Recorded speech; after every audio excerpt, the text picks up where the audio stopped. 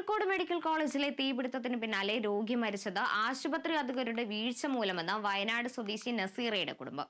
നസീറയെ വെന്റിലേറ്ററിൽ നിന്നും മാറ്റുന്നതിനിടെയുണ്ടായ കാലതാമസമാണ് മരണത്തിന് കാരണമായതെന്നാണ് കുടുംബം പറയുന്നത്.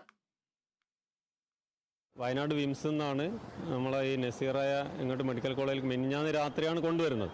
അങ്ങനെ ഇവിടെ വന്നു ഈ വെന്റിലേറ്റർ സഹായത്തിൽ റിക്കവറായി വരികയായിരുന്നു. ഡോക്ടർ നമുക്ക് പ്രതീക്ഷകൾ നൽകിയിരുന്നു, മരുന്നൊക്കെ വാങ്ങിക്കൊടുത്ത് റിക്കവറായി വരുന്നുണ്ട് എന്ന് ഡോക്ടർ നമ്മളോട് പറഞ്ഞതായിരുന്നു.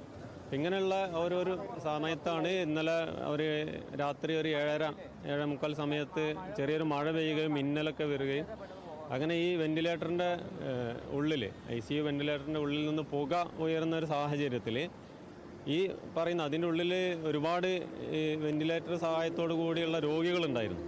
ഈ രോഗികളെ പുറത്തേക്ക് മാറ്റാനും പുറത്തുനിന്ന് ICUയിലേക്ക് മാറ്റാനും വന്ന ആ ഒരു കാലതാമസം, അതാണ് ഈ നസീറയുടെ വേറെ 3 പേരും മരണപ്പെട്ടു എന്നാണ് നമ്മൾ കേട്ടത്.